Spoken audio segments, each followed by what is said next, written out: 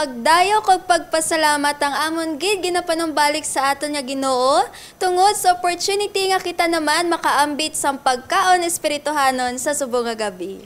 Praise God! Isa ka malipayon nga kagabihon sa aton mga kapaglaom nga nagalantaw subong sa ilang mga TV or sa ilang nga Facebook or YouTube. Dako gid ang amon nga kalipay kag pagpasalamat nga kaupod namon kamo gihapon sa sining kagabihon sa aton nga programa nga The Christ of Prophecy in the Book of Daniel. Kag ginawelcome gid namon ang aton mga kapaglaom nga kaupod namon subong for the first time. Sa sining nga panahon mga kapaglaom, aton naman matun-an kung ano kaayo ang aton Ginoo sa tagsa-tagsa naton nga kinabuhi. Yes, kapaglaom Edwin. Updi kami mga kapaglaom sa pagtuon subong nga gabi kaupod si Pastor Francis Daroy, ang aton nga speaker gikan sa Central Philippine Adventist College. Kagang iya nga topic for tonight amo ang Christ's adversary, the little horn. Mga kapaglaom, amon nagid kamo ginaagda sa pag-share sining aton programa sa inyong mga pinalangga, silingan, kaparyentihan kag sa inyong pamilya. Agod sila man mablessed sa paglaom nga aton madawat sa aton pagtuon subong. Ginapangabay kag ginapangamuyo gid namon nga ang gahom sambalaan nga espiritu magahikot sa aton tagsa-tagsa nga tagipusoon samtang kita magapamati sa mga bililhon nga pulong sang aton nga Dios. Kami magasiling, malipayong pagpaminaw ug maayong gabi.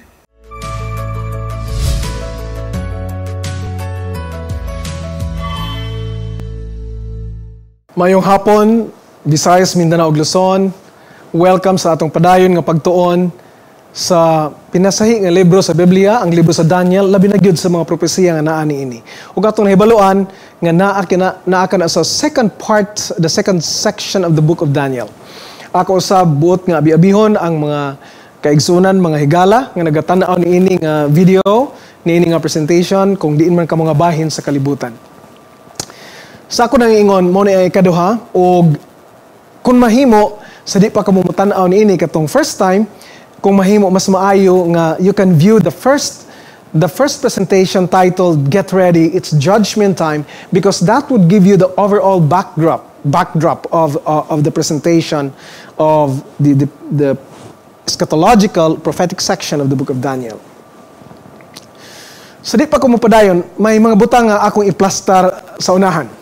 Una, nga kini nga mensahe gikan sa atong Dios Amahan from the ancient of days nga makita nato sa Daniel 7 didto sa langit, sa iyang Supreme Court, sa iyang korte dito sa langit.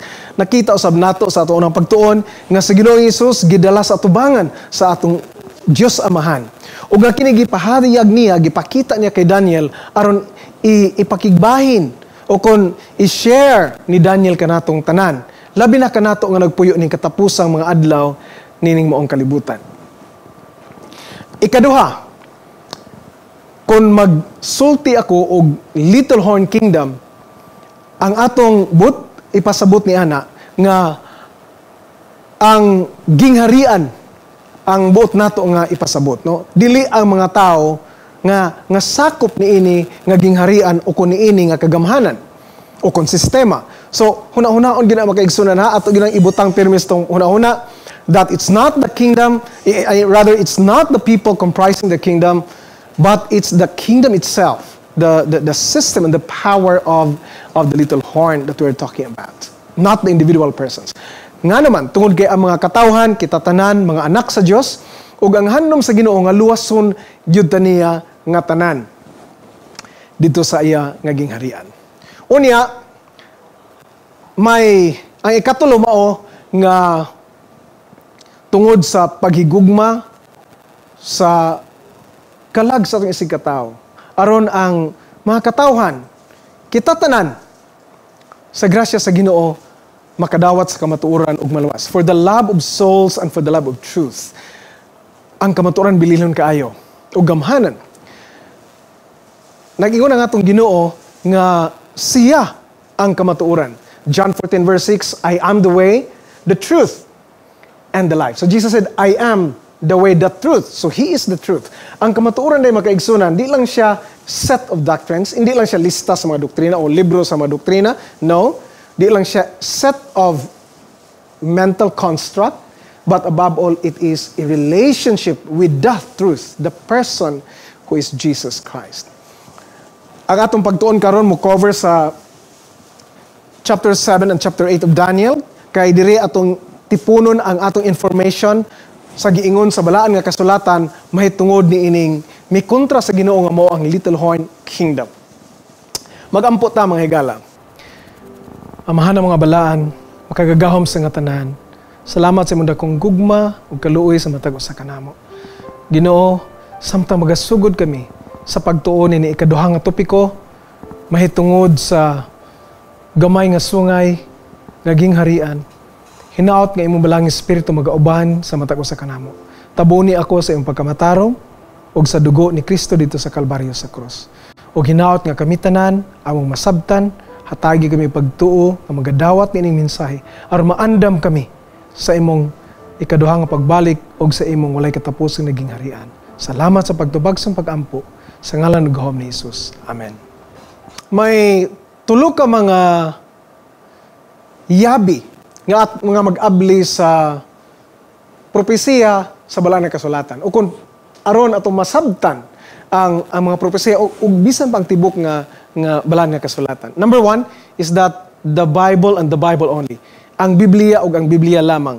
Ato nang gitawag nga sola scriptura sui ipsius interpres. But silingon nga ang Biblia siya ang nagsaysay siyang kaugalingon. Unya matod pa ni Martin Luther, Scripture is its own light. Scripture is its own light. So muna nga Biblia lang gyud ug labaw ang Biblia sa tanan. Ingon nga pulong sa Ginoo. Ikaduha ang atong attitude, ang atong pagtratar sa pulong sa Ginoo. Kinahanglan mapaubos kita, mo-submit kita sa mensahe sa Ginoo kay gikan kana sa makagagahom nato ug atong manluluwas nga Dios. Amo nang niingon ang Ginoo sa Matthew chapter 5, blessed are the poor in spirit, for theirs is the kingdom of heaven. Kung magpaubos kita ang mga pobre sa espiritu, ila ang ginharian sa langit. Unya ikatulo, mao ang the Holy Spirit is our guide. Si Ginoong Jesus mismo nag-ingon sa John 16:13, however, when He, the Spirit of truth will come, He will guide you into all truth. So ang Holy Spirit, ang balaning espiritu ay ikatulo nga persona sa pagka-Dios, mao ang atong di makita nga giya ug ang atong magtutudlo. So no na siya ang 3 keys nato mga kaigsunan. Karon, who is the little horn? How does prophecy with pinpoint accuracy identify it? And then how it will end? So muna ang mga pangutana nga isentro nato sa atong pagtuon. Apan sa dili pa, mohatag ko ninyo og storya mga kaigsunan, no? Mga higala. May duha ka mga higala nga classmates sila sa elementary gikan sa grade 1 hangtod sa grade 6. Unya, close gid sila kayo, mura na sila mga igsuon. Pero tigil nila ka-close. Hasta nga, nag-graduate sila sa elementary, nagkabulag sila, kay ilain-lain naman ang ilang pag-eskwela. Sa laktod nga pagkasulti, kining duha ka mga suod kay mga igso, mga higala, ingon na nga mong teacher sa college sa una, ingon siya nga, ang usa nahimong abogado, a very experienced and successful criminal lawyer. Ang usa nga amigo niya wa nakatapos. So criminal siya, nahimong criminal. Walay lawyer. Ang usa criminal lawyer, ang usa criminal. Muna unya nadakpan siya, gibalhog siya dito sa bilangguan, nakahinumdum siya sa amigo. So iyang gi-contact ngita sa paagi.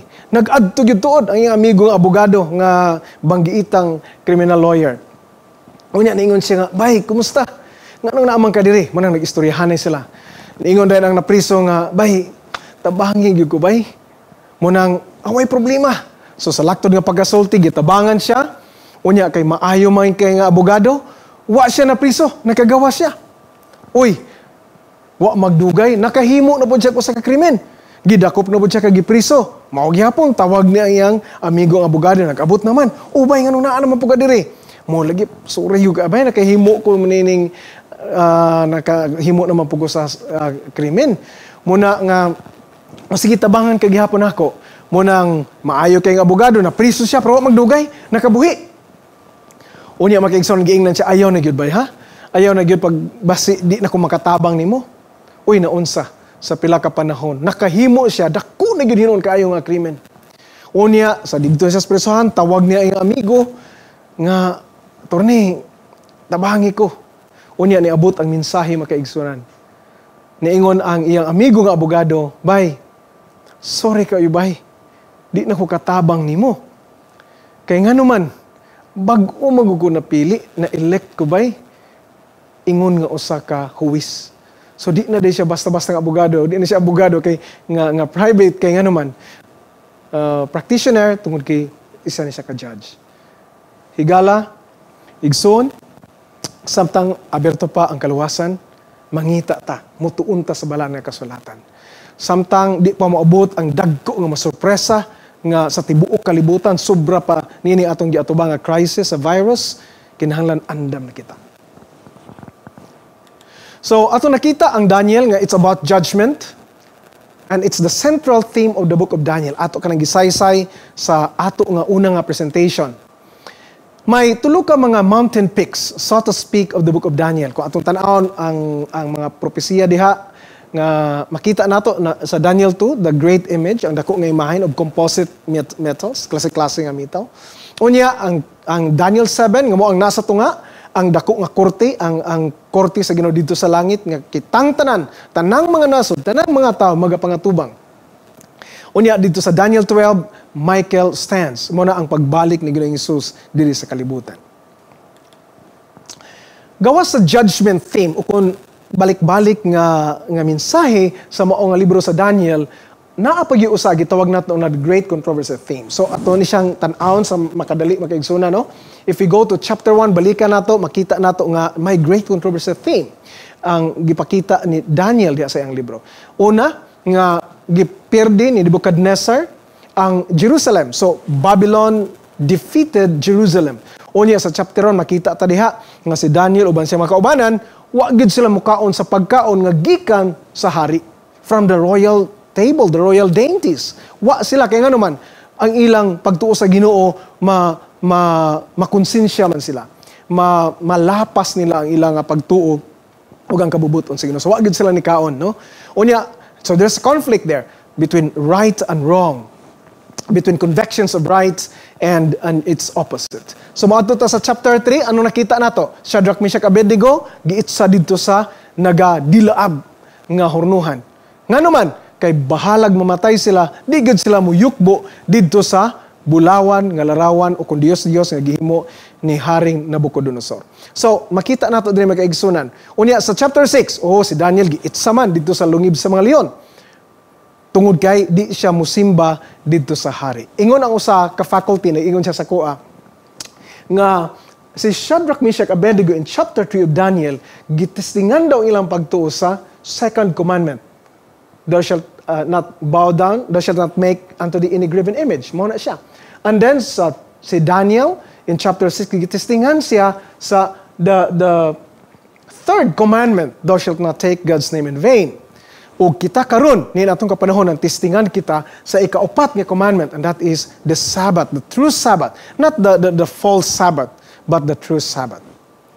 So kung mopadayon ta mo na, no? Ang little horn hashtag sa 12, Michael will stand. There is great controversy. There is conflict between right and wrong, between Christ and Satan. So in this milieu, in this background, niini nga backdrop makaigsunan sa great controversy, makita nato ang little horn, ang gingharian sa gamay nga sungay. Makita na nato diha sa Daniel 7:8 nga ang una niya nga aktibidades mao ang pag-atake niya sa Ginoo.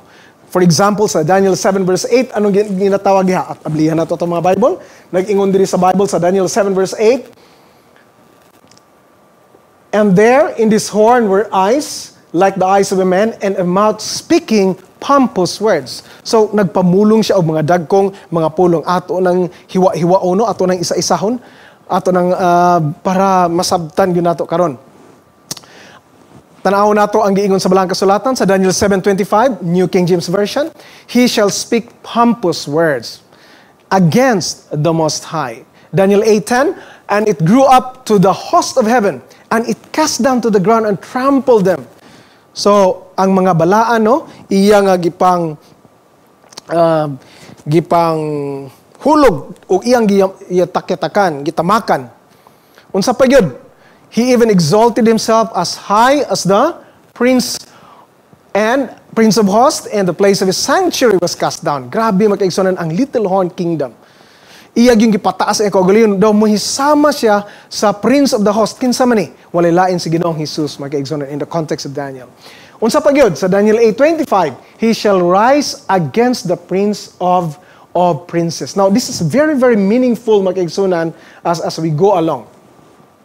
Now we will explain it in a while.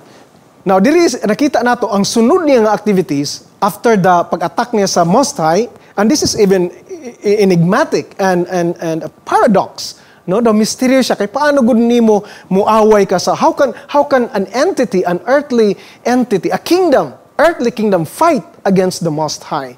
O ato na makita karon no. Unya after ni ana gi-attack na po niya. So from the vertical direction activity nihimo siya og horizontal activity, gi-atake niya ang mga balaan sa Ginoo.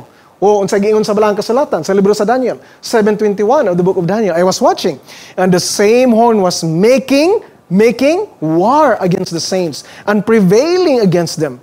Daniel 7:25 shall persecute the saints. So warrior siya, he made war, and then he's a persecutor. Kinsa ang gi-persecute? Ang mga balaan sa halangdon o yamot. Mo nagihimo niya magaigsunan, no? 8:10, and it grew up to the host of heaven and some of the stars to the ground, no? Ang mga stars magaigsunan in the last chapter of Daniel, mao kini ang mga matarong, mga katawhan sa Ginoo, pinasahi sa Ginoo, o iyang gipang persecute, gipang tamaka niya. Unya sa bersikulo 25, he shall destroy many in their prosperity. Mga kaigsunan, ang libro ni Daniel has a lot of practical application to us. Kini nga libro makaigsunan ko atong tun-an mga higala, daghan kay siya mga precious gems of truth nga atong maaplikar. For example, niining vertical o horizontal activities, no? Ang punto diri makaigsunan kung unsa ang practical nga atong ma-apply karon, this is wisdom, no? By the way, sa Bible makaigsunan ang wisdom is practical. Kung dili na siya practical like Proverbs and in other places, di na siya wisdom in biblical standpoint. So dapat ma-apply na to mo na tinuod nga wisdom. Ang atong relasyon sa Ginoo kanang vertical mounay mo dictate sa atong relasyon sa atong isig katao. Nakuha ba mga higala, mga igsoon? So kung unsa nagigugma ta sa Ginoo, usayon ra kay higugmaon ang atong mga membros tong panimalay, ang atong mga asilingan isig kapareho. Nga naman, giuna man nato ang Ginoo. Pero kung gikontra nato ang Ginoo, gidumta nato ang Ginoo, wa ta nagsunod niya, mo po na atong himuon sa atong mga isig kapareho. Ug mo na ang gihimo sa little horn, mga kaigsunan, no? Sumala sa gisulti sa Balaang Kasulatan. So, atong basahon diri sa Daniel 7:25, mo na ang mga bersikulo, he shall speak pompous word, usbo nato mga kaigsunan for emphasis. Against the Most High, it grew up to the host of heaven and cast down to the ground. And exalted himself as the highest as prince. Exalted, that's the keyword. Ginapataas niya ang iyang kaugalingon sama sa prinsipe sa kadaghanan, no? O kung panon sa Ginoo. And then the place of his sanctuary was cast down. Dayon makaigsunan, sultihi ko niyo, kinsa man may pari-pariha man ani kung adto ta sa Isaias 14:13 bersikulo 14. Kinsa man na? Okay? Kinsa man na, be? Nag-ingon siya, I will ascend into heaven. I will exalt my throne above the stars of God. I will also sit on the mount of the congregation. I will ascend above the heights of the clouds. I will be like the Most High. Kinsa man na? Di ko makabati ninyo makaigsunan, pero I'm sure that some of you would say Satan. Yes, that's true. It's the devil. So kung itandi tani makaigsunan, daw natakdan ba ang little horn sa prinsipyo sa pagpataas, pagkamapinatason sa kaugalingon? Oh, my friend, in this great controversy, every one of us are participant. Walay spectator diri makaigsunan. There is no neutral ground. At the core of the great controversy, conflict between Christ and Satan, it's between love against selfishness, humility versus pride, self-sacrifice versus self-exaltation, self-denial versus self-indulgence, selflessness versus self-centeredness. Mouni ang mga prinsipyo makaigsunan. Unya, mupili gyud ta sa musugot og sa dili. gugma versus sa pagkahakog. Ang pagkamay pinubuson kontra sa garbo, mapasigarbuhon. Ang pagdumili sa kaugalingon ug sa pagpatuyang sa kaugalingon. Ang pagsikripisyo sa kaugalingon batok sa pagpataas sa kaugalingon.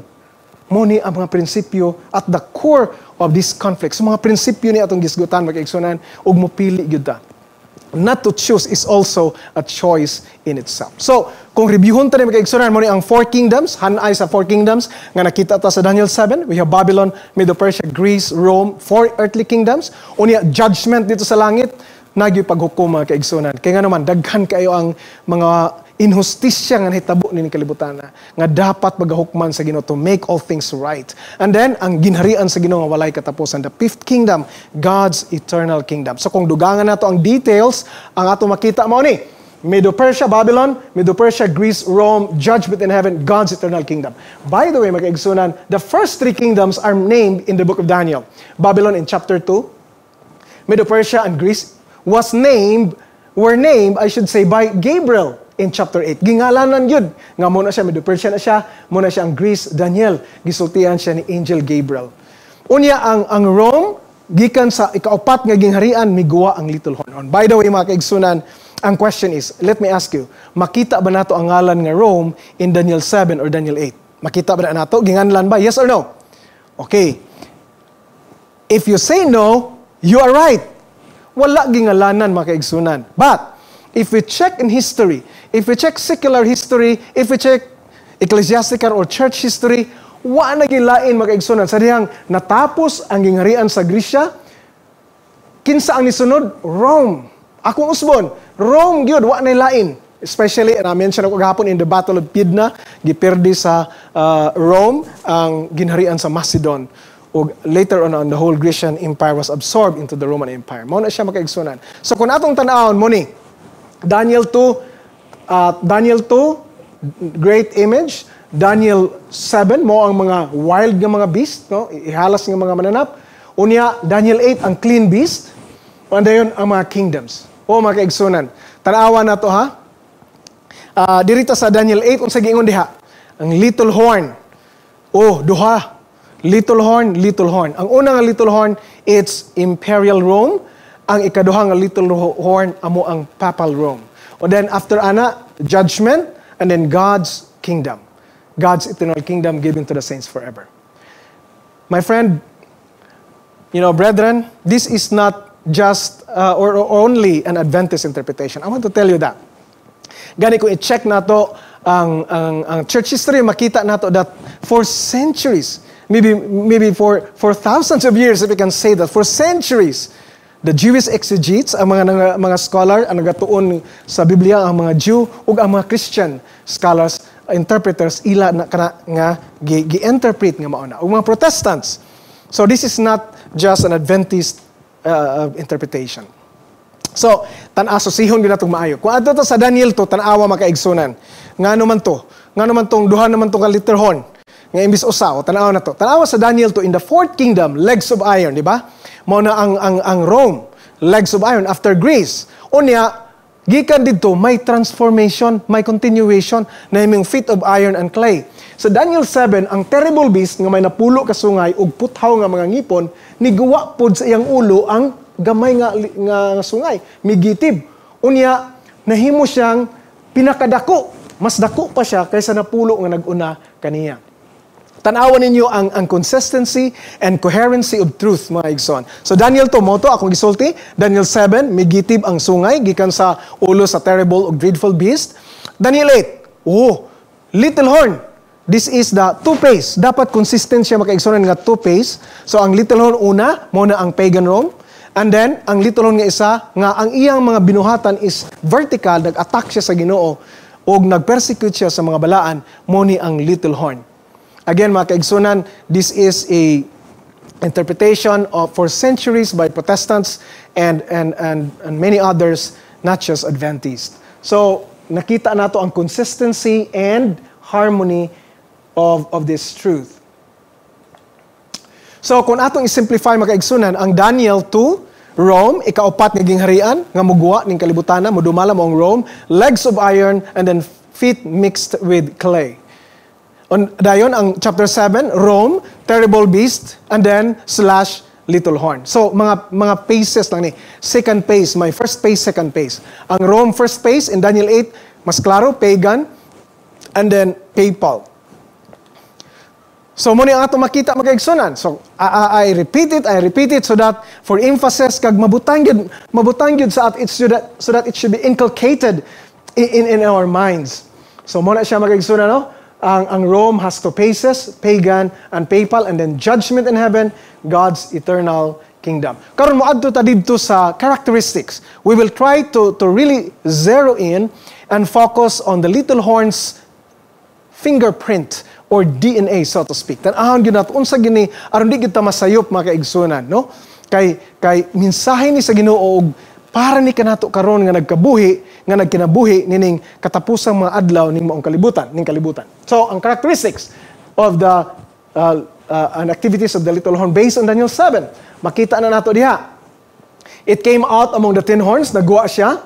Unya, it plucked out 3 other horns. Pagguwa niya, paggitid niya, giibot niya, gilukat nalukat yun ang tulo ka mga sungay. And by the way, horns represents kings and kingdoms. So, tulo ka maging harian na lukat. Unya, may mata siya. Kini nga sungay makaigsoon nga nakita ni Daniel sa iyang pananaon is a talking horn. This is of course symbolic. It represent realities other than itself. Okay? Unya, unsa man may mata siya, unya may baba nga nagpamulong o mga dagkong pulong batok sa halangdon o yamot. Batok sa amahan o batok sa anak o sa balang espiritu dito sa langit, batok sa Dios sa langit. It was greater than its fellows. Pirmiro gamay siya, pero nahimo siyang mas dako pa gyud sa iyang mga kaubanan nga maging harian. And then it makes war against the saints. It uses force. Now take note mga kaigsunan, ang Ginoo wala gagamit og gahom, no? Nagamit siya og gugma. Pero ang kini nga little horn compels the consciences of the masses of people.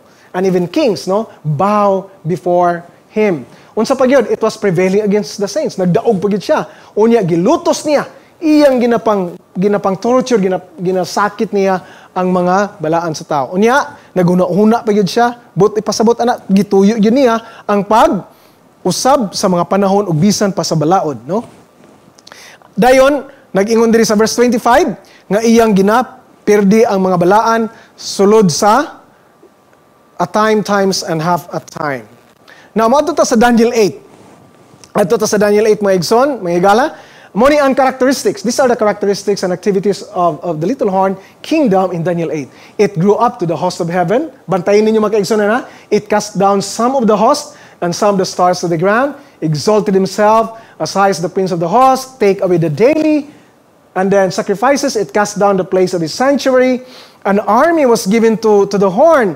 And then he cast truth to the ground. So kontra niya ang kamatuoran. Iya nga gitapak-tapakan. Di siya gusto. Unya, he did all this and prospered. He exalted himself in his heart. Gipataas niya ang kaugalingon. And he shall even rise against the prince of the princes. Mga kaigsunan mo ang gisulti sa pulong sa Ginoo. No? So, in other words, kung tanaw na to, sa chapter 7, more on political, physical activities din is kalibutan. War, persecute. Pero diri mga kaigsunan, it's more on spiritual. No? It's more on spiritual. Nakabati na ba mo ng ginatawag nga King Antiochus Epiphanes IV? Nakabati na ba kamo ana mga igsoon, mga higala? Ingon sila, kadaghanan karon, bisan mo check kita sa mga komentaryo, ingon sila nga kadaghanan sa mga evangelical Protestant commentaries, nag-ingon sila nga kining little horn, walay lain mao si King Antiochus Epiphanes IV. Kaya nga naman, nag-ingon sa Daniel 8:11 and 12, it took away the daily sacrifices. Unya atong nahibaloan nga si King Antiochus Epiphanes mao ang anak ni Antiochus the Great, the third. Unya sa tulo ka tuig ni adto siya sa Jerusalem, giatake niya, gipamatay niya ang daghang mga Hudiyo. Unya niadto siya sa templo ug gipaundang niya ang daily sacrifice sa temple for 3 years. And some historians would say that's about 168 to 165 BC. Others would date it 167 to 164 BC. So mao na ang ilang interpretation. Pero mao ka na tanaw na to. Kung moadto ta sa original, take note mga kaigsunan, in the Hebrew mga kaigsunan, no? Nakita nato in the Hebrew ato makita diha nga sa verse 8, 11 and 12, mabasa nato diha unsay giingon diha mga kaigsunan. Verse 8, 11, and 12.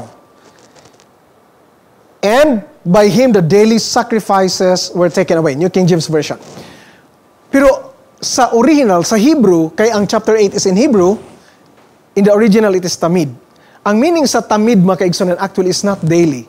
Though associated siya, related siya sa daily, but it's not daily. Unsa may meaning sa tamid? Neither it's Antiochus Epiphanes. Dili siya mao, mga kaigsunan, no? Kung adto ta sa original. Because in the original, mga kaigsunan, in the Hebrew, tamid means continual or regular. And unsa man nga continual or regular? Meaning the services in the sanctuary, the ministration in the sanctuary, not just in the altar of burnt offering, katong daily sacrifices dito. So, katibukan makaigsunan, di lang sa usa.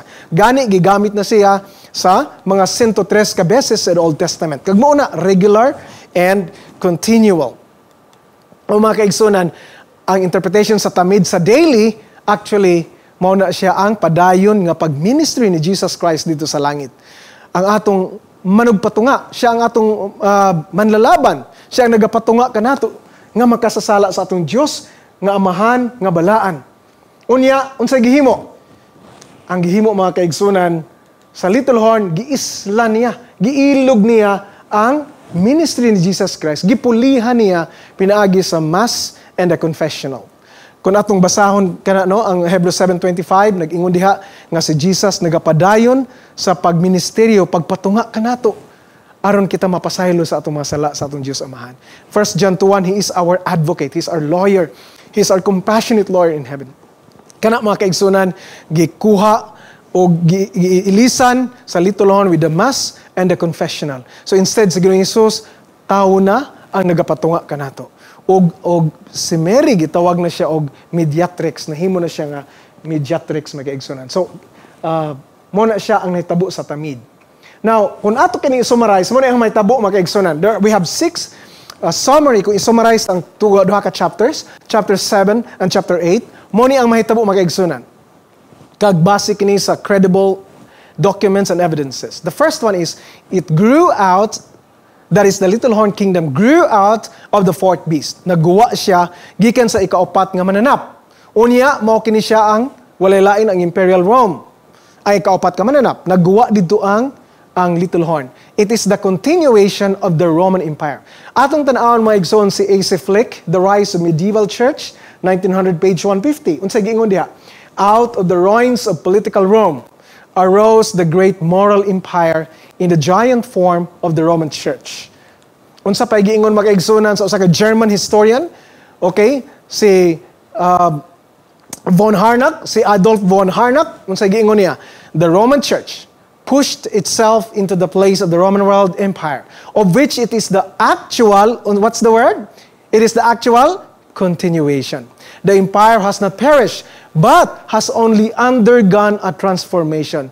The Roman Church is the old Roman Empire consecrated by the gospel. O mga kaigsunan, gisultan na ni Daniel, no? Dito pa sa pananaw ni Daniel, centuries. In fact, thousands of years ago, we can say, by centuries ago, because Daniel was written in 6th century. Unsa man, giingon ni Daniel nga duha ka phase, continuation ang Little Horn from the fourth beast. Mao gyud ang gihambal ni von Harnack. Maadto ta ni Labianca, mga kaigsunan, professor of history, University of Rome. Unsa giingon niya? To the succession of Caesars came the succession of the pontiffs in Rome. When Constantine left Rome, he gave his seat to the pontiff. Yes, natabo gini siya, mga kaigsunan. Kamo nga nagtuon sa church history atong nahibaloan nga in 330 AD, 330, nibiya si Constantine, gitukod niya ang Constantinople, giisla niya ang Byzantium, the city of Byzantium into Constantinople. O dito siya nagpuyo. Ang Italy, gibiyaan niya ang Rome, unya dito gihatag niya sa Bishop of Rome. Unsa pa gid ikaduha? It grew up among the 10 horns and uprooted 3 other horns or kingdoms. So ato na hibaloan, mga kaigsunan, ang history klaro kaayo. When the Roman Empire was, dissolved, when it disintegrated, mao ni siya ang hitabo. It was divided into 10 kingdoms or about 10 kingdoms. So ang mga barbarian tribes ni atake wa nakaagwanta ang Rome, makaigsunan guba na natapos ang Roman Empire. Mo ni siya makaigsunan Saxons, English, Burgundians, Swiss. Suevi, Portuguese, Franks, French, Lombards, Italians, Alemanni, Germans, Visigoths, Spaniards. Unya ang tatlo makaigsunan, ang tulo, no? Ang Heruli, ang Vandals, ug ang Ostrogoths were really uprooted. Now, this is really very amazing. Look at this, mga kaigsunan. Now, kung atong tanawon, these three kingdoms were really uprooted, meaning they were annihilated. Kining tulo ka mga Heruli, Vandals, and Ostrogoths, they were nations. Mga nasod ni sila mga kaigsunan, kingdoms. Lahi ni siya, hurot gini sila mga kaigsunan. Unya atong nahibaloan, ang gisulti sa church history. Kining tulo, unfortunately, were Christians. Now, unfortunately, nga namang unfortunately, kay nag-giaway, nagpatsanay ni sila, nagginirahay ni sila. Unsa din hitabo? Kini sila gitawag kini silang tulo, Heruli, Vandals, ug Ostrogoths are Arians. May usa ka nagtudlo nga magwawali ato nga in the early church nga iyang pangalan si Arius. Niingon si Arius nga si Jesus dili Dios, he's only a man. Na familiar ba na sa aton? So muna, may mga nagtudlo niya na. So di na siya bag-o lang. Gikan pa na sa una. But this is a heretical teaching. Okay? Kaya ang original, ang mga apostles, nagtuog yun sa divinity ni Jesus Christ based on what's written in the scripture. So, mga Arians ni sila makaigsunan. Ang Heruli, si Odovacar or Odoacer, siya na ang nagpanaog. Gipanaog niya sa trono si Romulus Augustus, the last emperor of the Roman Empire. Unya, he declared himself as king. And that is in 476 AD. Unya, unsa pa, ang Vandals, unsa hitabo? Ang emperor sa Eastern Roman Empire, nga si Zeno, if you check, unsa gihimo niya, giingnan niya ang leader sa mga Ostrogoths, si Theodoric, ang leader sa mga Ostrogoths, nga adto ka dito sa Italy, perdiha, atakiha ang mga Heruli. Munang gihimo ni Ostrogoths, no? Sa napildi gid nila ang mga Heruli. Unya, ang problema kay pareho ra man gihapon sila, mga Arians. Dayon, ato nakita sa panahon ni Justinian the Great, gipadala niya ang binaka-the best nga general, si Belisarius. Unya, giatake ni Belisarius ang Vandals with Justinian's army. Unya, napildi niya ang mga Vandals na hurot gito makaigsunan. Way gibilin, bisan mga bata o kung tigulang wala, hurot. Unya, gikan sa pagka North Africa, ni Marcha, ni Belisarius proceeded to Italy to help the Catholics. And then, pag abot niya dito, ni atras ang mga Ostrogoths, nahadlok sa iya, unya may enkwentro sila later on, hasta nga nahurot gini mga Ostrogoths, mga kaigsunan. Now, take note, mga kaigsunan, nga nung gihurot gini sila. Because, kining mga Heruli, Vandals, ug Ostrogoths are Arians and they considered Catholics as heretics. Munang dapat mawala gid sila kay ila po gikontrol ang Bishop of Rome, ang Pope dito sa Roma. Di siya makapagusto kay gikontrol siya ni mga Aryan tribes. Okay? So number 3, it speaks pompous or boastful words against the Most High. Ikatulo, nagpamulong siya og dagko nga mga pulong. Daniel 7:25. Speak pompous words against. Ato nang hiwa-hiwaon makaigsunan, no? Ato nang unsa ni i-chop-chop na, ato nang para ipagamay nato aron ato gyud masabtan. Kung muadto ta makaigsunan sa original in Aramaic, kining great words in Daniel 7:25 actually is milen. That is plural, of course. Plural of also plural like words in English. So plural na siya from mila, the singular. Unya unsa pa gyud? In New King James Version, translate siya as pompous. In NASB, boastful. In Daniel, in the context of Daniel, kung ingon itag milin, no, in Aramaic, ang buot silingon niya, di lang kay pulong. Di lang kay pulong mga higala. Kundi in the original language, it's a thing, usa ka butang. Unya, unsa pa, in the context of verses of Daniel, word, pulong, pamulong, unya, kasuguan. So, kung maghimo kag usa ka butang nga ikontra ni batok sa Ginoo, mo na it's as if you speak great words or pompous words against the Most High. Kung nakay pamulong diha nga kontra sa Ginoo, nga pag-atake sa iya, that's also great words. Or maghimo kag usa ka kasuguan nga batok sa kasuguan sa Ginoo, that's also speaking pompous words. Kini man gud makaigsunan ang original ayang meaning mahigala. Pag adto na nimo sa English in the process of translation, you know, it would be missed. Mawala na siya, no? Di na kay siya klaro. So that's great words. How about against? Speak pompous word against.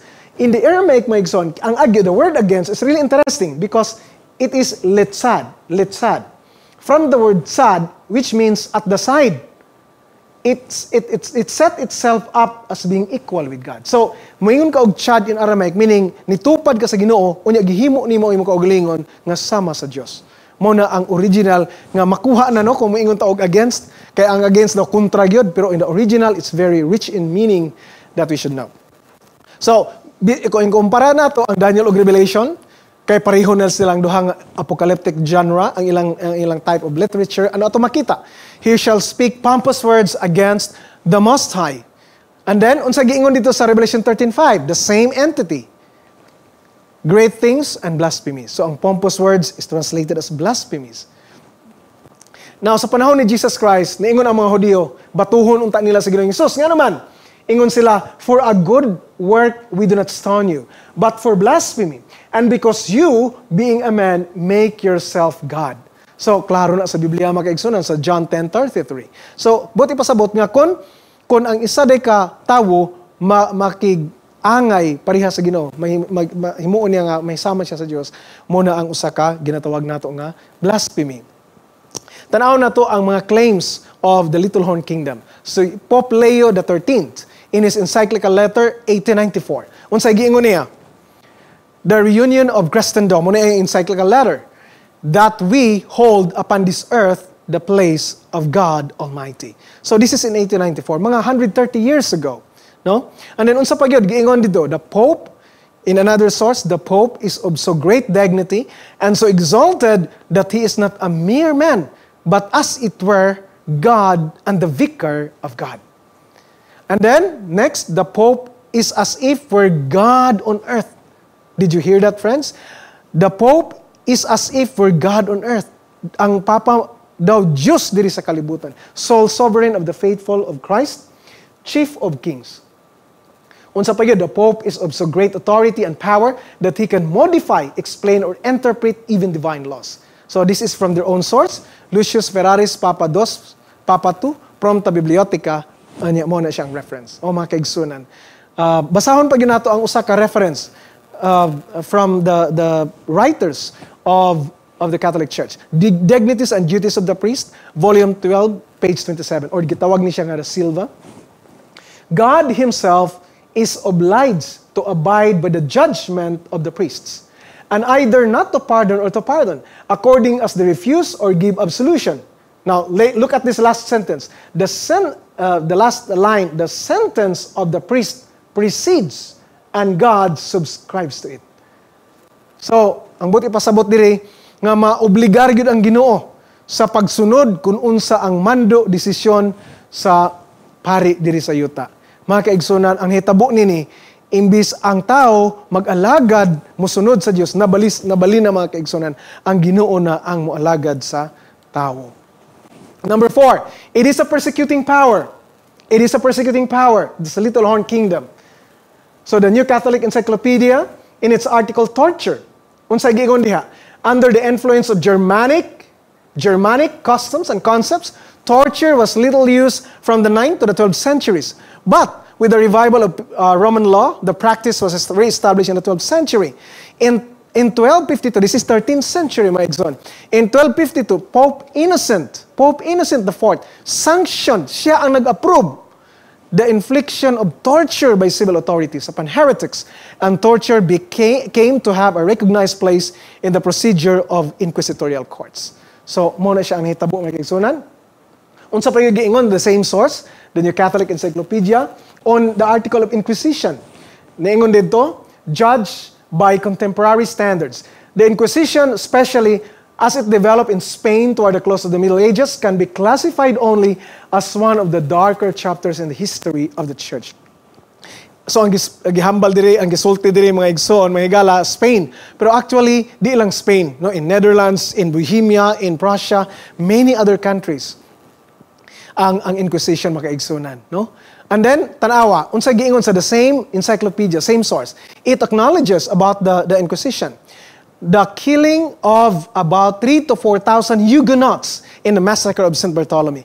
Kini mga Huguenots mga higala, Mao ni sila ang mga Protestants. That's the term for Protestants in those times. Pila daw ang gipatay? 3,000 to 4,000.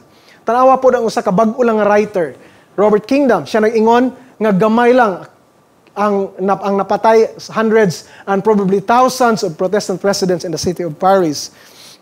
Mga kaigsunan, if you look at really the other documentaries, it mentioned that in just 2 months, 70,000 were killed in Paris, France, in the capital, as well as throughout France. O mga kaigsunan, daw gipagamay, no? Gipagamay. They're trying to whitewash this horrific and very terrible event. Number 5, unsa pa diha? It tries to change the times and the law. Law in Aramaic is death. And then, ang gipasabot ana mo ang kasuguan sa Dios. Nga di gid siya mausab.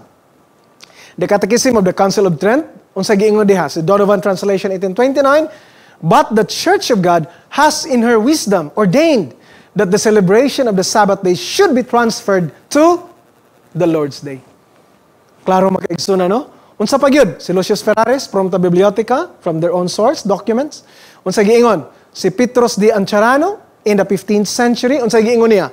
The Pope can modify divine law, since his power is not of man, but from God.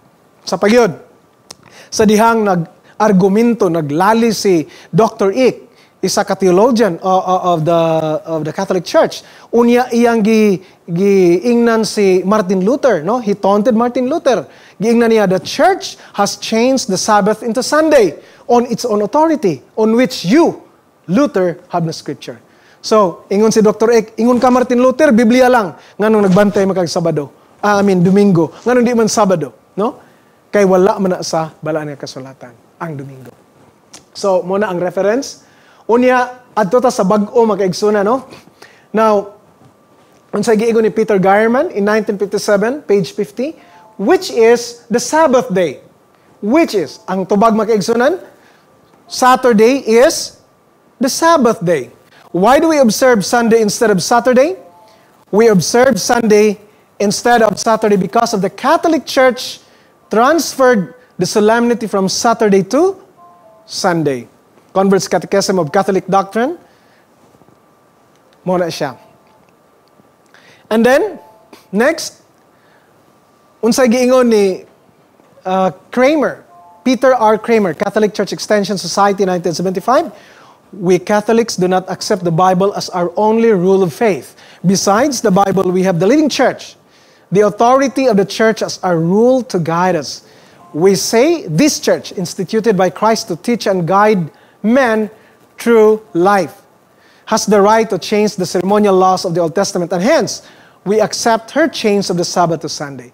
We frankly say, yes, the church made this change, made this law as she made many other laws. So, klaro kayo ang giingon ni Kramer, sa writer, no, of the Roman Church, naingon siya, we frankly say, giklaro gyud nga ang simbahan among nag-ilis sa Sabado ngadto sa Domingo. Mga kaigsunan, giingon diri that Sabbath was a ceremonial law. It's never a ceremonial law. Ceremonial laws were instituted by God after the fall of man.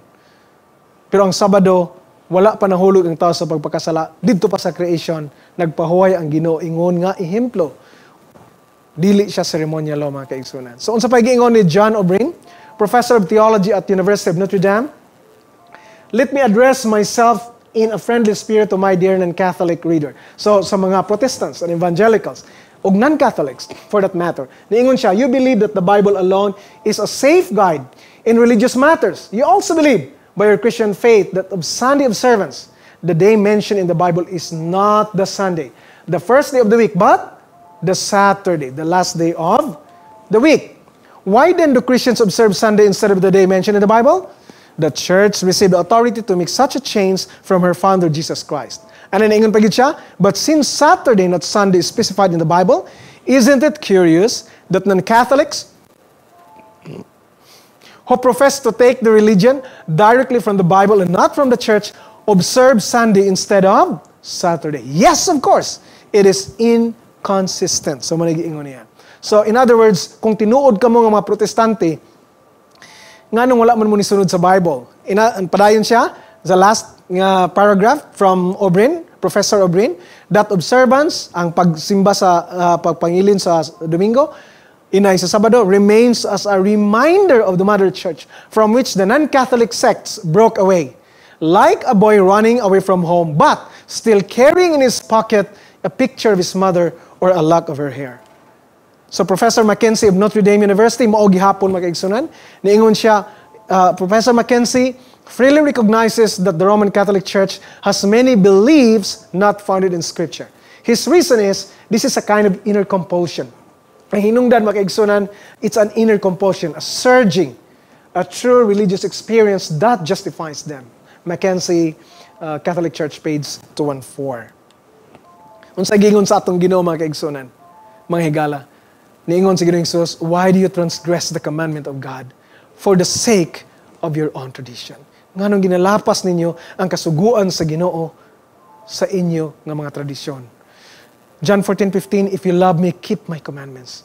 Ang test sa atong matuod nga gugma og pagtuo sa Ginoo mao nga ang atong pagtuo magbunga sa pagsunod sa iyang kabubuton. John 14:21 unsa giingon diha, ang nagatuman sa akong mga kasuguan nagahigugma kanako ug ang akong amahan nagahigugma kaniya. Verse 21 of John 14. Mga kaigsunan, the last part, God's saints were given to His hand a time, times, and half a time. Daniel 7:25. So, unsa gipasabot ani? Simple lang ni siya makaigsunan ato ning klaron. Time, times, half a time. Time means 1 year. Times, duha, 2 years. Half a time, 1/2 years. So, in other words, kining first prophetic time period mentioned in 7:29. This is the first eschatological time period mentioned in Daniel 7. Nag-refer ni siya makaigsunan sa 3 years and 1/2 year. Okay? Unya, ang 1 year is equal to 360 days. In prophecy, maigsoon, round number. So 1 year, 360 days. 2 years, 720. 1.5 years, 180. So in other words, 1,260 days. 1,260 days. Or 1 day in prophecy is equals to 1 year. So 1,260 years. No? Maigsoon, muna, the meaning of 1 day in prophecy is 1 day is equals to 1 year. 1,260 days or 1,260 years. Ato ka na makita, makaigsunan, klaro kaayo. Gingon diha, no? Daniel 7:25, time times half a time. Revelation 12:14, time times half a time. Woman is persecuted. And then in 12:6, nag-ingon dito, 1,260 days. Bisan ang Biblia nagsulti mismo, maigsoon. So di na makaingon, naghihom-haom lang nato. Kay maugyod ang interpretasyon sa Biblia sa Revelation. By the way, ang katunga sa Daniel, the other half of apocalyptic literature in the Bible is the book of Revelation. So munang the same prophecy makaigsunan ang hisgutan diri. Unsay giingon sa Ginoo? Naabana sa Biblia, nag-ingon ba ang Ginoo nga 1 day is equals to 1 year? O basaha ang 14:34 sa Numbers, naingon siya, for each day you shall bear your guilt 1 year. And then Ezekiel 4:6, I have laid on you a day for each year. So klaro kay may kaigsunan, no? So 1,260 days is equals to 1,260 years nga gi-persecute sa little kingdom o sa little horn power ang mga katawhan sa Ginoo. Og nagpamulong siya o grabe nga mga pagpamulong. Makaigsunan usahay, makaingon ta nga katong gibasa nato nga referensya, may naunaan ko makaigsunan nga dugay naman to. Pero may bag-o man ta nga mga gipangbasa. But the point here is, yet they are not abrogated. Were they abrogated? Wa man sila sikway. Buti pasabot nagpabilin sila. They're still binding in the laws of the church, of the Roman church. Okay? So, wa man siya gi-islan. So, buti pasabot nagpadayon kato nga mga claims. Kining 1,260 years, maigsoon, usbon ko, di ni Adventist. No? The Jews for hundreds of years, the Protestant interpreters, mo ni ang ilang pag-interpret sa 1 day, 1 year principle nga nasa malang kasulatan. Mahatag ko niyog duha ka rason why nga ang time times and half a time is symbolic. Kay daghan ang niingon nga di ni siya symbolic. It's a literal year of 3.5 years. Tanawa makaigsunan. The beast and the little horn are symbolic. In Daniel 7, ang katong lion, bear, and the leopard and the terrible beast, they are symbols of something else. Muna makaigsunan. So dapat ang time nga nasumpay nila, nga naghisgot kanila, must also be symbolic in nature. Okay? That's the coherence there. That's the consistency there. And then, these kingdoms covered vast periods of time. So, times and half a time must also be symbolic. Kay kini nga mga imperyo, mga kaigsunan nga nagawa, ang 4 empires lasted for centuries, many centuries. So, dapat it should also be symbolic. Oh, mga igsoon, tanawan ninyo. Nagsugod kini siya ang 1260. We can peg this with accuracy in 538 AD. Nga naman, unsa nahitabo diha? The Ostrogoths were driven from Rome. Unya, the papacy, were freed from Ostrogothic control. Wa na siya gi-control, wa na siya gigawngan sa ato pang pagkasulti. And then, years earlier, about 5 years earlier, in 533, Emperor Justinian of the Eastern Roman Empire, nag-ingon siya makaigsunan that the Bishop of Rome is the head of all the churches and the corrector of all heretics. So, muna siya. So, sa napahawa ang mga Ostrogoths, everything is wide open for the Bishop of Rome to grow in power and authority and also in political hegemony. Unsa natabo sa 1798, insakto gyud pagka 1260 years unsa natabo, si Pope Pius VI was captured by General Alexander Berthier, or in French Berthier, no? Gidakop siya o gidala dito sa France o napatay siya. Mga kaigsunan, again, it's not just Adventist. This is the interpretation of Protestants for centuries. Unsa pa gyud? Niingon diha mga kaigsunan, ang usa ka source nga within these 1260 years, about almost 13 centuries, more than or 50 million Protestants and saints were martyred, no? And that is our source, mga kaigsunan, by the Little Horn Kingdom. 50 million.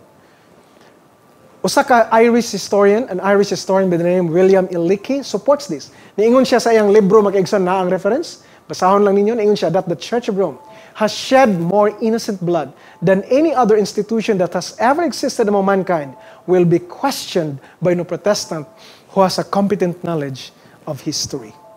Makalilisang makaigsunan. Unsa giingon dayon sa Daniel 7:25? The saints shall be given into his hand for a time, times, and half a time. But the court shall be seated, and they shall take away his dominion. So kung atong usbon kadali, klaruhon nato ni may higala, nag-ingon diha, the saints shall be given into his hand for a time, times, and half a time. That is 1260 years. Sumala sa Revelation. Unsa rin mahitabo? But the court shall be seated, and they shall take away his dominion. So, buti pasabot, after sa persecution for 1200 from 538 to 1798, unsa nahitabo mga kaigsunan? After ni ana nga time, moabot ang paghukom. So, kung ato ning i-plaster mga kaigsunan, so the Little Horns persecution of 1260 years, pagkatapos ni ana, moabot ang heavenly judgment nga atong gitun-an last time. Unya, this also will lead into the second coming. Oh my friend, we are in a time of judgment. Let's get ready. Muna ang purpose nato diri sa pagtuon sa propesiya aron maandam kita sa pagbalik sa atong Ginoo. Andam ka na ba mga igsoon? Andam na ba ako? Unsay katapusan mahitabo? Unsay gi-ending ani mga igsoon? Kay dapat importanteng ending. Nag-ingon ang balang kasulatan. O sa chapter 2, ang iron, the fourth kingdom will be destroyed without hands by the stone kingdom and will break them in pieces. Tanan nga maging harian ng kalibutan matapos. Tapuson sa Ginoo mga kaigsunan, no? Ug isla niya sa gingharian nga sa pagkamataro nga walay katapusan. Daniel 7, but the court shall be seated. Unya, unsa giingon dito? To consume and destroy it forever. Gihusgahan sa Ginoo mga kaigsunan. Daniel 8, unsa pa diha? But it shall be broken without human means. Kinsa nang will be broken? That is the little horn. Will be broken without human means. Meaning supernatural. So kining tulo ka mga chapter are very consistent, perfect mga kaigsunan kung unsay bot nila ipasabot nga mahitabo sa katapusan sa little horn. Unsa pa giingon? We're now closing mga igsoon, no? Sa katapusan in the New Testament, unsa giingon ni Paul? The little horn gitawag niya og the man of sin. In the New Testament, the little horn of Daniel is called by Paul as the man of sin. In 2 Thessalonians 2 verse 8, unsa giingon niya? And then the lawless one will be revealed, whom the Lord will consume with the breath of his mouth and destroy with the brightness of his coming. Ang atong Ginoong Hesus nagkapanawagan. Niingon siya, samtang dili pa siya sa kalibutan, sawa pa siya mukayab sa langit, and other sheep I have, which are not of this fold. Them also I must bring in, and they will hear my voice, and there will be one flock and one shepherd. Mga kaigsunan, nanawagan karon ang atong Ginoo. In the book of Revelation 18 verse 4, nagatawag siya sa iyang mga kaanakan. I have heard another voice from heaven. Ingon si John the Revelator, samtang nagsulat siya. Gikan sa diin, gikan sa langit. Unsay gisulti? Come out of her, my people. Ang Ginoo nagatawag. Come out of her, my people, lest you share in her sins, and lest you receive of her plagues. Mga kaigsunan, mga higala, ako nagatuo nga daghan, no? In the Roman Church, Roman Catholic Church, daghan, siguro millions ang mga matuod o mga sincero nga mga katawhan sa Ginoo nga naa diha. Again, we are not talking about the people. Kay ang mga katawhan kita tanan mga anak sa Ginoo. Ang atong tumong lang diri mao ang kingdom, the power that is really against God or anti-God. Mga kaigsunan, kung ato ni siyang padak-on pagyud, ang little horn does not only refer to the Roman Church. Moadto ta sa Revelation 17, ang little horn, the same entity in prophecy, is called as a woman, no? Unya daghan siya mga anak nga babae, meaning churches. So kung ang atong simbahan naghupot pa sa pagsimba sa Domingo nga usa ka vestige, no? Reminder ingon pa si Professor O'Brien of the authority of the Mother Church din naa paghapon ta sa gahom sa little horn. I call upon you in the name of the Lord. Rather, God is calling you. Come out of her, my people. Ato pa gini ipadako mga kaigsunan, di lang sa mga separated daughters of the Mother Church nga gitawag nila. Bisan pa mga kaigsunan sa katawhan sa Ginoo. Oh my friend, it's not enough to be part of the kingdom or to the true movement to God's people. We should be true believers in God's own people. Because you can be the wrong person in the right group. And one can be a right person, a true believer in the wrong group. Mga kaigsunan, remember, si Judas, he's a disciple, but he fell away. Ananias and Sapphira, mga disciples sa mga first apostles, but they fell away. So it's not enough to be part of the right movement. God has a movement in the end times. Nga mag-andam sa tibok kalibutan, magdalan ini mga mensahe sa tibok kalibutan, sa pag-andam, aron sa pagbalik sa Ginoo kita tanan, kaandam ug maluwas dito sa iyang gingharian ng walay katapusan. O mga igsoon, higala, pamatiin ninyo. Kining mao nga mensahe sa awit nga mosunod. Apan sa dili pa, I'd like to leave this to you, mga kaigsunan. Last as an illustration as we end. Pananglitan, nakadawat ikaw. Ug usa ka sulat, unya ang gikan gyud ang sender is from the President of the Philippines, from Malacanang Palace. Unya imbitahon ikaw, higala igsoon, sa usa ka special dinner with the President. Would you refuse that once a lifetime offer? Most probability is no. Because, it's a once in a lifetime offer. Igsoon ang atong gitun-an diri is an offer from God. God the Father, the King of Kings and the Lord of Lords, our Maker, our Creator, our Savior, and our Redeemer. Whoever you are, wherever you are. Ang Ginoo nagatawag kaninyo, my son, my daughter. I want to invite you to my kingdom to be with me forever. My friend, what is your response? Will you refuse that? Gani, it's free, but it is very costly because this invitation from heaven, mo ni ka-importansya ang atong gitun-an ng mga prophecy, is paid by the blood of the Lamb. Gibayaran niya sa iyang dugo dito sa cross, aron kita madala niya dito sa iyang langit ng pulian. O, niingon ang atong Ginoo, let not your heart be troubled. Nini atong panahon karon sa krisis, let not your heart be troubled. Believe in God, believe also in me. In my Father's house are many mansions. If it were so, I would have told you, I go to prepare a place for you.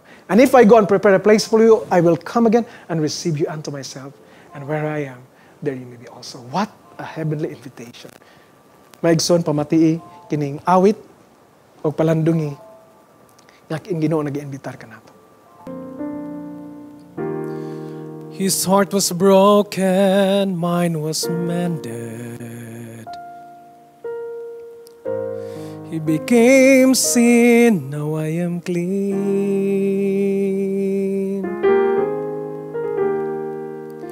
The cross he carried bore my burden.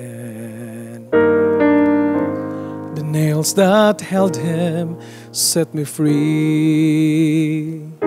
His life for mine, His life for mine. How could it ever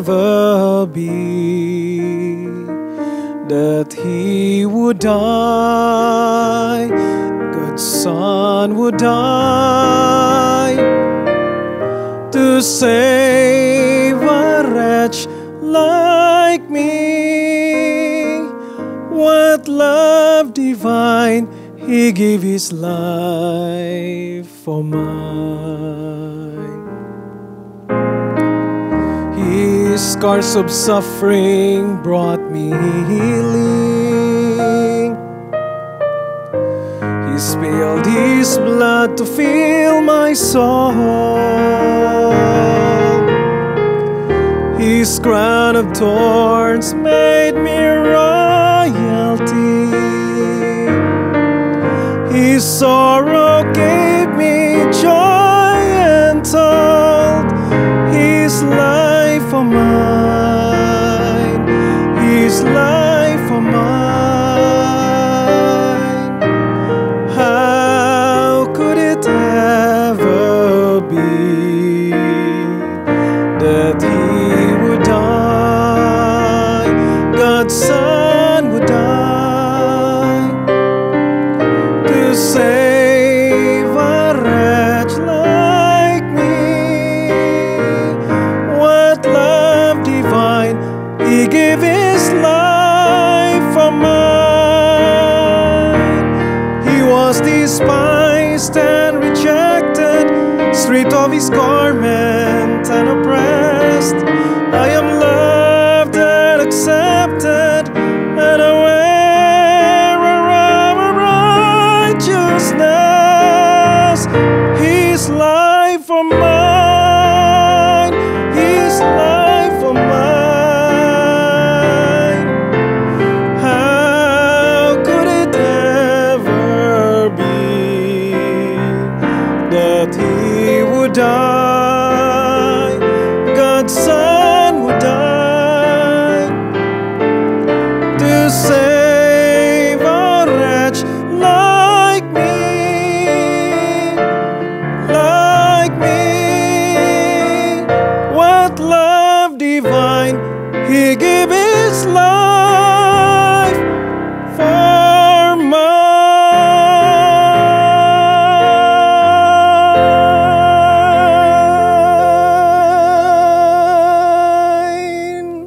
Nining taknaa, my friend, brother and sister in Christ. Again, this message is not from the preacher. It's not my message. Not even primarily a message of the church. No. Not even from the Seventh-day Adventist Church primarily. That's only secondary. It is really from God the Father and God the Son. My friend, in this time, atong ibaluan, in chapter 7, sa una natong presentation, there is a judgment in heaven going on. We are in judgment time. God the Father is seated as the judge of the universe, and He will make all things right. Ang atong next topic is your day in the court of God. Ato ka ng tun-an sa dugang. But for now, God is still asking us to repent. Jesus is pleading for you and for me. The worst thing is that we will lost there. We will be lost. God has prepared mansion for us. Dito, wala na yung mga virus, wala na yung mga sakit, wala na yung mga hospitals, wala na yung sementeryo, wala na yung suffering, wala na yung paghilak, o wala na yung kamatayan. Would you go there, my friend? Thank you, and thank you sa imong decision. If that is your decision, my friend, I would like you to join me in prayer to commit ourselves into the hand of our loving God. Loving Father, we thank you for your message. We thank you, Lord, that you're the source of these prophecies, wonderful prophecies, relevant to our time. Because, Lord, you want every one of us to be brought into your kingdom, to be ready. You want, Lord, that each one of us will have a close relationship with Jesus Christ, the one like the Son of Man in Daniel 7, that can only present us before your throne of grace so that we'll be forgiven of our sins. Oh, loving Father, I pray for each one of us. I pray for our viewers, whoever they are, wherever they are. Help them, Lord, to make that once eternal decision to choose you as the personal Savior and to prepare for your Son's return. Thank you, Lord, for your promise. Thank you for your love. Save us all when you come, O Lord. We ask all these things in Jesus' name. Amen. Higala igsoon, salamat sa inyong pagpamati. Hinaot nga magapadayon kita sa pagkinabuhi and with confidence and hope because God is with us. Amen! Praises be to God sa pulong nga ato nabatian halin sa atong buhi nga Dios sa subong nga kagabihon mga kapaglaom. Amen, kapaglaom, Miles. Dalayawon gid ang Dios sa iya pagupod sa aton subong nga gabi. Exactly, kapaglaom Edwin. Amen. So, sa liwat mga kapaglaom, aton makita ini nga episode kag ang mga masunod pagid nga episode diri sa aton nga Facebook page kag sa tanan nga mga Facebook pages kung diin naka-cross-post sining aton nga programa. Kita ay naman kita liwat buwas sa aton nga bago nga episode sining aton programa mga kapaglaom. Diri man gihapon sa Hope Channel, Facebook and YouTube Live 6 to 7 in the evening. Kag may ara kita replay sa GSAT Channel 37 8:30 to 9:30 naman sa kagabihon. Kung may mga prayer requests ka mo, comments o kung suggestions, pwede gid ninyo ini mapadala sa aton hotline numbers nga makita ninyo sa inyong mga screens. Mga kapaglaom, madamo gid nga salamat sa inyo pag-upod sa aton subong nga gabi. Let us continue to be faithful. Through faith in Christ Jesus, He will make us wise unto salvation. This is The Christ of prophecy in the book of Daniel.